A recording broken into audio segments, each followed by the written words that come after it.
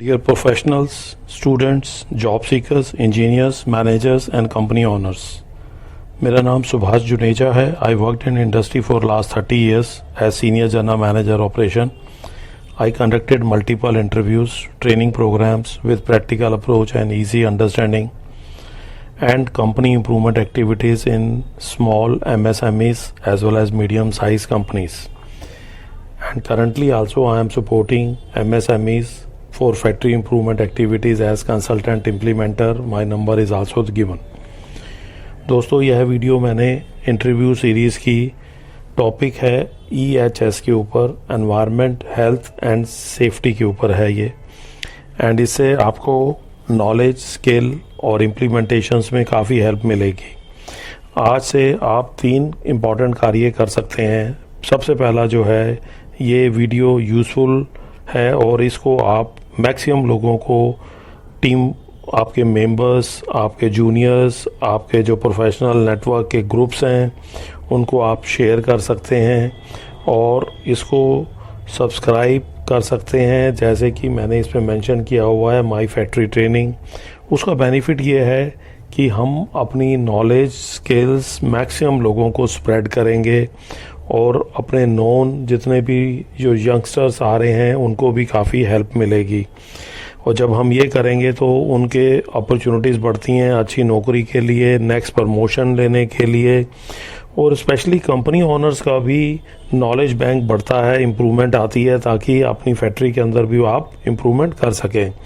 और जितनी भी ये मैं अपनी वीडियोस बना रहा हूँ, मेरा मेन फोकस है कि हमें ओवरऑल ग्रोथ करनी है, चाहे आप स्टूडेंट हैं, प्रोफेशनल हैं, जॉब सीकर हैं, मैनेजर्स हैं और कंपनी ओनर्स हैं. चलिए अब हम शुरू करते हैं EHS के ऊपर अपनी वीडियो. तो ये 40 क्वेश्चंस हैं जिसको मैंने फोकस किया है और जिससे मैक्सिमम प्रोबेबिलिटी होती है आपके इंटरव्यू को पास करने की. तो पहला तो पॉइंट है कि EHS की फुल फॉर्म अगर आप लिखेंगे तो इसमें लिखेंगे environment, health and safety. Next आता है which of the following is a primary goal for EHS. तो सबसे पहला जो प्राइमरी गोल है वो है safe and healthy work environment. तीसरे नंबर पे आता है OSHA is occupational safety and health administration. और फिर उसके बाद में आता है विच ISO standard focus environment management system. ये बड़ा कॉमनली पूछा जाता है, तो इसका आंसर क्विकली आप दे सकते हैं, दैट इज 14001. नेक्स्ट जो 5th क्वेश्चन है वो भी बड़ा इंपॉर्टेंट है, that is SDS safety data sheet. जब भी हम कोई मटेरियल परचेज करते हैं, स्पेशली जो केमिकल या हजार्ड मटेरियल होता है, तो उसके अंदर we should have safety data sheet. और सेफ्टी डाटा शीट के अंदर बड़ी डिटेल लिखी होती है, इवन उनका केमिकल कंपोजिशंस, और सबसे ज़्यादा इम्पॉर्टेंट है कि उसको हैंडल कैसे करना है. खुदा न खास्ता कि अगर आपको आपकी आंखों के अंदर या कहीं पर आपकी स्किन के ऊपर अगर उसका स्पिलेज हो जाती है या कोई ड्रॉप गिर जाते हैं, तो उसको भी करेक्ट कर सकते हैं. वो SDS से ही मालूम चलता है. तो बिजनेस ओनर्स प्लीज़, आप अपनी कंपनी के अंदर अगर आपके पास कुछ केमिकल्स हैं तो प्लीज़ SDS को ज़रूर अपने पास रखिए. नेक्स्ट आता है विच ऑफ द फॉलोइंग की कंपोनेंट्स ऑफ सेफ्टी प्रोग्राम. सबसे ज़्यादा इंपॉर्टेंट होता है PPEs की फुल फॉर्म है पर्सनल प्रोटेक्शन इक्विपमेंट या protective equipment. What does the PPE stand for. जैसे पहले वाले क्वेश्चन में भी आया, personal protective equipment. What is the risk assessment in EHS. इसमें आती है आइडेंटिफाई करो, फिर इवेलुएट करो पोटेंशियल हजार्ड को एंड उसका इम्पैक्ट को. इस तरीके से अगर आप आंसर देंगे तो definitely I am telling you your interview will be smoothly, you are going to pass. तो इसको थोड़ा सा फोकस करिए, आसानी से ये इंटरव्यू को पास कर सकते हैं, specially those people they are going to attend for the quality management system के इंटरव्यूज के लिए. ISO 45001 that is occupational health and safety. उसके बाद में EIA that is environmental impact assessment to evaluate the environmental of project और activities. तो जो environmental effects हैं उसको इवेलुएट करने के लिए EIA का असेसमेंट होता है. इसके बाद में आता है EHS का जो हजार्डस है उसको किस चीज़ के लिए रेफर किया जाता है, that is basically a source of potential damage और एडवर्स हेल्थ इफेक्ट। उसके बाद में है primary focus of emergency preparedness and response.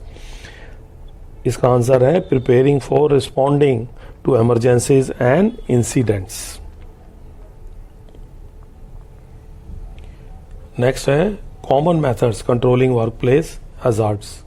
तो इसका जो कॉमन मेथड है आपको पीपीज यूज करनी है। उसके बाद में एर्गोनॉमिक्स। एर्गोनॉमिक्स का मतलब है कि the study to design the work environment to fit the worker need. मैं एक छोटा एग्जांपल देता हूँ एर्गोनॉमिक्स का ही। अगर आपका ऑपरेटर कोई ऐसा मटेरियल है जो नीचे पड़ा हुआ है और उसको उठा करके एवरी टाइम नीचे से उठा के 5 फीट के या 4 फुट के ऊपर वो अपने बेंच के ऊपर रख रहा है, तो you should use some trolleys so that उसका जो पीछे रीढ़ की हड्डी के ऊपर जो है बार बार वो बेंड कर रहा है बैकबोन का, वो कम होना चाहिए, ताकि आपके ऑपरेटर की हेल्थ सही रहेगी तो आपकी आउटपुट भी ज़्यादा आएगी और उसकी फटीग कम होगी।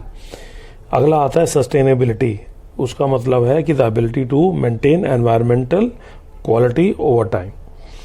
जितना भी हम एनवायरमेंटल क्वालिटी को इम्प्रूव करेंगे लंबे टाइम तक, इसका मतलब है sustainability. Safety inspection. Safety inspection है कि आपको चेक करना है कंप्लाइंस सेफ्टी रेगुलेशंस के हिसाब से आइडेंटिफाई हजार्ड्स वगैरह को आइडेंटिफाई करते हुए। Waste management. वेस्ट मैनेजमेंट क्या है? It is disposing the waste material in an environmental responsible manners. मैं फॉर एग्जाम्पल मैं आपसे बात करता हूँ कि अगर आप कोई ऐसा मटेरियल, जैसे बीच में अगर आपने सुना होगा एस्बेस्टोस शीट बना करती थी जो चद्दर जो छत में यूज होती थी, आज की डेट में एस्बेस्टोस का यूज नहीं होता है। वो इसलिए नहीं होता because that was not environmental friendly, even it was creating a cancer to the different operators. तो उसको धीरे धीरे करके कंट्रोल करके रेगुलेटरी ने उसको बंद कर दिया। इसी तरीके से अगर आपके यहाँ पे भी कोई ऐसे डिस्पोजल होता है तो उसको आप या तो प्रॉपरली डिस्पोज होना चाहिए ताकि हमारे एनवायरनमेंट के ऊपर इफेक्ट नहीं आना चाहिए। Incident reporting. इंसिडेंट रिपोर्टिंग का मतलब यह है कि रिकॉर्ड करना कोई भी एनालाइज जो इंसिडेंट जो या नियर मिस जो वर्क प्लेसेस पर होते हैं उसकी रिपोर्ट करना। उसके बाद में ऑक्यूपेशनल हेल्थ, उसमें क्या फोकस करते हैं? Employ wellbeing and prevention of work related illness and injury. उसके बाद में chemical spillage and response plan, a plan for responding to and managing chemical spill safety. What does the term work place safety means? इसका क्या है कि protecting employees from accidents and health issues. Safety audit क्या होता है? And evaluation of safety procedure and compliance with regulations. तो safety audit तो मैं हर एक को बोलूँगा कि आप अपनी कंपनीज के अंदर जरूर कंडक्ट करिए। And then hazardous waste, waste that poses risk to human health और द एनवायरनमेंट, जैसे मैंने अभी आपको एस्बेस्टोस शीट का एग्जांपल दिया। एयर क्वालिटी मैनेजमेंट, आजकल एयर क्वालिटी के ऊपर भी काफ़ी फोकस है and this is a government regulatories का भी काफ़ी फोकस है। Monitoring and controlling air pollution pollutant to maintain air quality. What does noise pollution? It is basically noise को पहले तो आपको मालूम होना चाहिए कैसे हम मॉनिटर करते हैं, डेसिबल से करते हैं। Harmful and excessive level of noise that can impact health and wellbeing. Safety culture, the shared attitude, values, practices related to safety within the organizations. Health and safety training, it is also very important, and we are also conducting multiple health and safety training to different companies to enhance employees' knowledge and skill related health and safety practices. What does fire safety includes? Fire prevention, protection and response procedure. तीनों चीजें आ जाती हैं। Risk management, the process to identify, assessing and controlling the risk to minimize the impact. उसके बाद में work place ergonomics, इसको मैंने पहले भी आपको डिटेल में बताया, to improve the employ efficiency and comfort. इसके बाद में ईएमएस, ईएमएस क्या होता है? Environmental management system, framework for managing and improving environmental performance. Health and safety compliance refer to law, regulations and standard. किसके लिए? हेल्थ एंड सेफ्टी के लिए।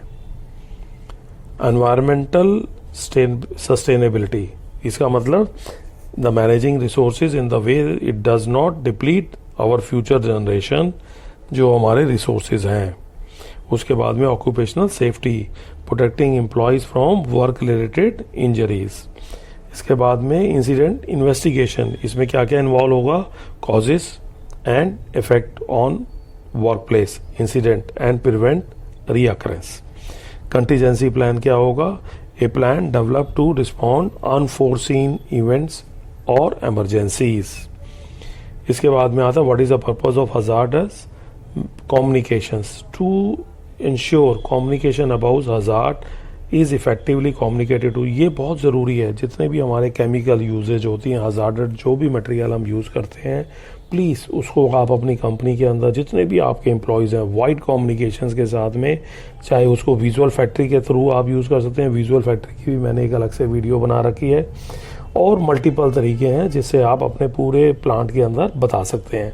Waste reductions to minimize the process, to minimize the amount of waste generation. उसके बाद में OHS क्या, occupational health and safety, all practices and measure aim at preventing workplace injuries and illness.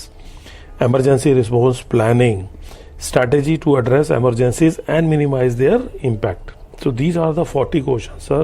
You have to work hard and you have to understand. Definitely I am sure इसके आगे पीछे कोई question नहीं आने वाला। अगर आपने ये कर लिया, sure shot you are going to have a success. Let's connect with us, sir.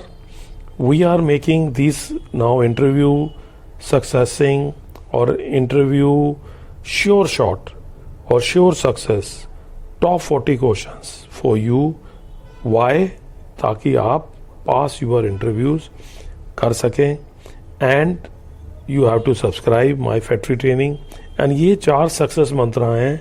एक तो कंटिन्यूअस लर्निंग करिए, प्लेटफॉर्म आपको फ्री मिला हुआ है, एंड ये बड़ी क्विक है, 8 से 10 मिनट की आपकी ये ट्रेनिंग प्रोग्राम्स हैं, और इससे आपकी प्रिपेयरनेस हो जाएगी सक्सेस की। और 4th नंबर पे जो मैं लास्ट में कहता हूँ कि you are going to become a confident, and जब आप फोकस हो गए तो आपका रिजल्ट डेफिनेटली अच्छा आएगा और पास होंगे। Thank you sir.